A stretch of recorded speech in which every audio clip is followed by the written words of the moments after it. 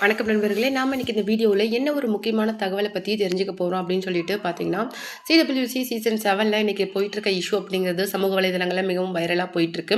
இது ஒரு புறம் இருக்க, இப்போ வந்து நிஷா அக்கா வந்து என்ன பண்ணியிருக்காங்க அப்படின்னா, அதாவது இந்த பெண்களுக்கு எதிராக ஒரு அப்யூசிவான விஷயம் நடந்தால் அதை நம்ம லேஸில் விட்டுறக்கூடாது, அவங்க யாராக இருந்தாலும் அவங்க மேலே ஆக்ஷன் எடுக்கணும் அப்படின்னு சொல்லிட்டு இந்த சிடபிள்யூசி இஷ்யூவை பற்றி ஒரு வீடியோ பதிவு கொடுத்துருந்தாங்க. இப்போ வந்து அந்த வீடியோ பதிவை காட்டி திவாகர் ஒரு விஷயம் சொல்லியிருக்காரு.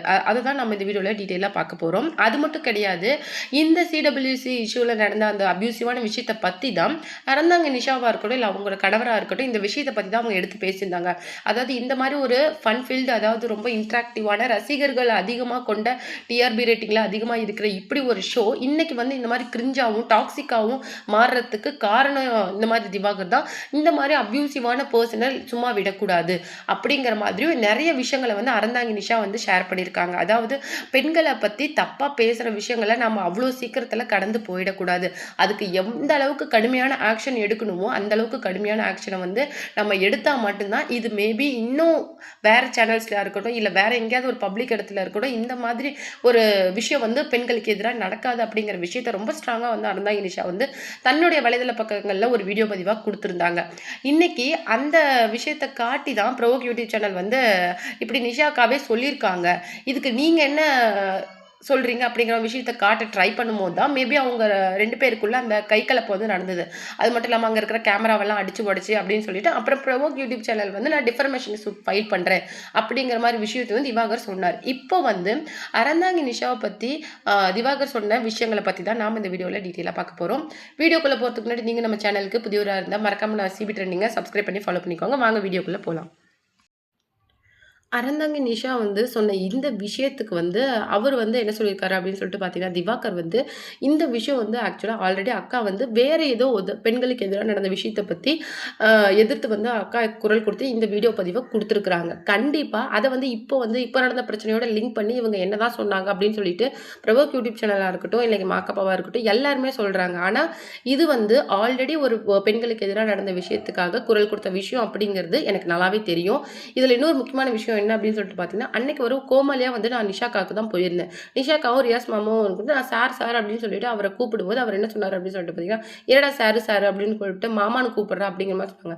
அப்படின்னு சொன்னதுனால நான் ரியாஸ் மாமா அப்படின்னு சொல்லிட்டு கூப்பிட்டுருந்தேன். அக்கா வந்து என்ன பண்ணாங்க, இந்த மாதிரி நான் ஒரு சமையல் பொருளோட நேம் எல்லாம் சொல்கிறேன், நீ வந்து பைகாட் பண்ணி வச்சுக்கோ, அப்போ உனக்கு ஈஸியாக இருக்கும் அப்படிங்கிற மாதிரி சொன்னாங்க. அப்போ சுனிதா வந்து என்கிட்ட என்ன சொன்னாங்க அப்படின்னு சொல்லிட்டு பார்த்தீங்கன்னா, இல்லை தயவுசெய்து அப்படிலாம் பண்ணாதீங்க, அப்போ ஃபன்னாகவே இருக்காது, அவர் என்ன அன்னோனாக இருக்கும்போது தான் போய் அந்த பொருளெல்லாம் தெரியாமல் எடுத்தால் தான் அது நேச்சுரலாக இருக்கும் அப்படிங்கிற மாதிரி சொன்னாங்க. இந்த மாதிரி எங்கள் 3 பேருக்குள்ள கான்வர்சேஷன் போயிட்டு இருந்தது. அது மட்டும் கிடையாது, புகழோட அசிஸ்டண்ட்டும் சரி, இல்லை மேக்கப்போட அசிஸ்டண்ட்டும் சரி, என்னை வந்து அடிக்கும் போது என்னை வந்து சேவ் பண்ணினதே வந்து சுனிதாவும் நிஷாக்காவும் தான் அப்படிங்கிறது எனக்கு நல்லாவே தெரியும். அவங்கள டைரெக்டாக வந்து ஒரு மீடியாவுக்கு உங்களால் பேச சொல்ல முடியுமா? இந்த மாதிரி அங்கே நடந்த விஷயம் என்ன அப்படின்னு சொல்லிட்டு உங்களால் பேச சொல்ல முடியுமா? அந்த வீடியோ பேசுனாங்க, இந்த வீடியோ பேசுனாங்க அப்படின்னு சொல்லிட்டு உங்களால் எடுத்து காமிக்க முடியுதில்ல. அது ஒரிஜினல்னா அக்காவே மீடியா முன்னாடி நீங்கள் ஒரு அந்த கொஸ்டின் ஆன்சருக்கு பதில் சொல்லுங்கள். அவங்க லைவாக சொன்னால் அப்போ நான் அக்செப்ட் பண்ணிக்கிறேன்.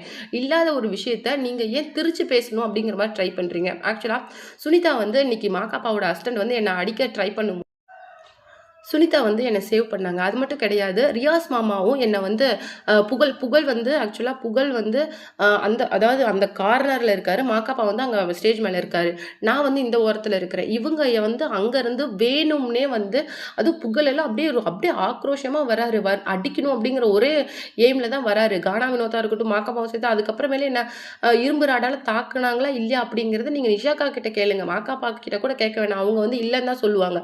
ஆக்சுவலாக ப்ராப்ளம் நடந்தது வெள்ளிக்கிழமை. அவங்க வந்து செவ்வாய்க்கிழமை போலீஸ் ஸ்டேஷன் விசாரணைக்கு வராங்க. இந்த 5 நாளில் இந்த விஷயத்தை ஜோடிக்க அவங்க எவ்வளோ ட்ரை பண்ணாங்க. ப்ரோவோக் யூடியூப் சேனலில் நடந்த விஷயம் அப்படிங்கிறது ஆக்சுவலாக அந்த சேனல் ஓனரே ஒரு பெரிய ஃப்ராடு. அந்த ஆளுக்கு பல பிஸ்னஸ் இருக்குது. அதில் வந்து இந்த பட ப்ரமோஷனுக்காக இந்த சேனலை வந்து இன்னும் அதிகப்படுத்தணும் அப்படிங்கிற மாதிரி இந்த விஷயத்த அங்கே இருக்கிற அந்த ஆங்கர் பண்ணுற பையனாக இருக்கட்டும், கேமரா எல்லாருமே ரவுடி பசங்கிறது பலருக்குமே தெரியாது. ப்ரோவோக்னா என்னங்க மீனிங்கு, ப்ரோவோக்னா என்ன மீனிங், அவங்க என்ன மட்டும் கிடையாது, இந்த மாதிரி நிறைய பேரை வந்து கூட்டிகிட்டு வந்து இது மாதிரி ரொம்ப ஒரு மாதிரி அவங்கள அடிச்சு அந்த மாதிரி துன்புறுத்தலாம் நிறைய பண்ணியிருக்காங்க. ஆல்ரெடி அவங்களுடைய பழைய வீடியோலாம் போய் எடுத்து பாருங்க. அப்பதான் தெரியும். எந்த இன்டர்வியூமே அவங்க இதுவரைக்கும் ஜெனுவலா கண்டக்ட் பண்ணது கிடையாது அப்படிங்கிற மாதிரி விஷயத்தையும் சொல்லியிருக்காரு. இன்னொரு முக்கியமான விஷயம் என்ன அப்படின்னு சொல்லிட்டு பார்த்தீங்கன்னா, நிஷாக்கா சொன்னாங்க அப்படிங்கிற ஒரு இப்போ வீடியோ ஒரு வைரலா போயிட்டு இருக்குல்ல. நான் நிஷாக்கா கிட்டேயே நான் டைரக்டா கேட்குறேன். அன்னைக்கு என்ன நடந்தது அப்படிங்கிற விஷயத்த தயவு செய்து நீங்களும் ரியாஸ் மாமாவும் சொல்லுங்கக்கா. நான் ரியாஸ் மாமா கிட்ட என்ன சொன்னேன், நிஷாக்காவுக்கு வினயம் அதாவது வினய் அப்படிங்கிறதுலாம் தெரியாது. அவங்களுக்கு வந்து சதி பண்ணலாம் தெரியாது. ரொம்ப கள்ளங்கபடம் இல்லாத ஆள் அப்படின்னு சொல்லும்போது, ரியாஸ் மாமா கண்டிப்பா ஆமா அது உண்மைதான் அப்படிங்கிற மாதிரி சொல்லியிருந்தாங்க. அது எந்த அளவுக்கு உண்மை, அதே அளவுக்கு தான் நான் அங்க நடந்துக்கிட்ட விஷயமும் உண்மை. அந்த விஷயத்த அக்காவே நீங்க மீடியா முன்னாடி பேச சொல்லுங்களேன் உங்களால முடிஞ்சா. ஏன் அவங்க அங்க பேசின வீடியோ, இங்க பேசின வீடியோவே எடுத்து காமிச்சு போட்டுட்டு இருக்கிறீங்க. எனக்கு எதிரா தான் அவங்க பேசுனாங்க அப்படின்னு சொல்லிட்டு திவாகர் வந்து சொல்லியிருக்காரு. இன்னொரு முக்கியமான விஷயம் என்ன அப்படின்னு சொல்லிட்டு பார்த்தீங்கன்னா, மாக்காப்பா வந்து இந்த மாதிரி நான் சொன்னேன்ல, அவர் வந்து ஃபுல்லா குடிக்க மாட்டாரு. இந்த மாதிரி சும்மா டீ குடிக்கிற மாதிரி குடிச்சிட்டு வரதுனால தான் அவருடைய ட்ரிங்க் பண்ண மாதிரி விஷயம் வெளியில தெரிய மாட்டேங்குதுன்னு நான் சொன்னேன்ல. அப்ப அதுக்கு என்ன சொல்லியிருக்காங்க அப்படின்னு சொல்லிட்டு பார்த்தீங்கன்னா, இவங்க வந்து என்ன சொல்லியிருக்காங்க அப்படின்னு சொல்லிட்டு பார்த்தீங்கன்னா, புகழ் வந்து என்ன சொல்லியிருக்காரு அப்படின்னு சொல்லிட்டு பார்த்தீங்கன்னா, சரி அவர் ட்ரிங்க் பண்ணுவாருன்னே வச்சுக்கலாம். நீ எப்ப பார்த்த அத? அவரு ட்ரிங்க் பண்ணுவாரு ரைட்டு. நீ எப்ப அத பார்த்த? உன்கிட்ட ஏதாவது ஆதாரம் இருக்கா? ஒரு விஷயம் சம்மந்தமா உனக்கு ஏதாவது ஃபோட்டோவோ, இல்ல அவர் குடிச்சிட்டு இருக்கிற மாரி, நீ கூட நிக்கிற மாரி ஒரு ஃபோட்டோவோ, இல்ல வீடியோவோ உன்கிட்ட இருக்கா? இருந்தா ரிலீஸ் பண்ணு. நீ ஏன் இல்லாத ஒரு விஷயத்த பேசிட்டு இருக்க? இப்படி அவர் ஒருத்தர் குடிப்பாரு, இல்ல அவர் மேல ஒரு தப்பான ஒரு விமர்சனம் வைக்கிறோம் அப்படின்னா, அதுக்கு ஒரு ஆதாரத்த குடுக்கணும். ஆதாரம் இல்லாம யார வேணாலும் குடிக்கிறான்னு இன்னைக்கு சொல்லலாங்க அப்படிங்கிற மாரி புகழ் வந்து இன்னைக்கு மீடியா கிட்ட ஒரு விஷயம் பேசியிருக்காரு. அதுக்கப்புறம் அவர் என்ன சொன்னாரு என்ன, எனக்கு இன்னும் வாடகை வீட்ல தான் இருக்கிறேன்.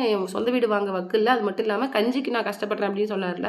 நான் கஷ்டப்பட்டு தான் முன்னேறினேன். நான் அத இல்ல அப்படின்னு சொல்லல. எல்லாருக்குமே தெரியும். நான் எந்த இடத்துலருந்து இன்னைக்கு எந்த இடத்துல வந்து நிக்கிறேன் அப்படின்னு சொல்லிட்டு. ஒவ்வொரு நாளும் எவ்வளோ கஷ்டப்பட்டு அதுவும் லேடீஸ் கெட்டப் போட்டு எந்த அளவுக்கு நான் கஷ்டப்பட்டு இந்த பிளேஸ்ல நிக்கிறேன் அப்படிங்கிற விஷயம் எனக்கு நல்லாவே தெரியும். அது யாரும் எனக்கு சொல்லி காட்டணும், ரிமைண்ட் பண்ணணுங்கிற அவசியம் கிடையாது. ஆனா நான் கஷ்டப்பட்டு இந்த பிளேஸ்க்கு வந்தேன். ஆனா நீ எப்படி வந்த? நீ எப்படி வந்த அப்படிங்கிறத எனக்கு கிளியரா சொல்லு. நான் வந்து சைலண்டா இருந்துக்கிறேன். நீ எப்படி வந்த?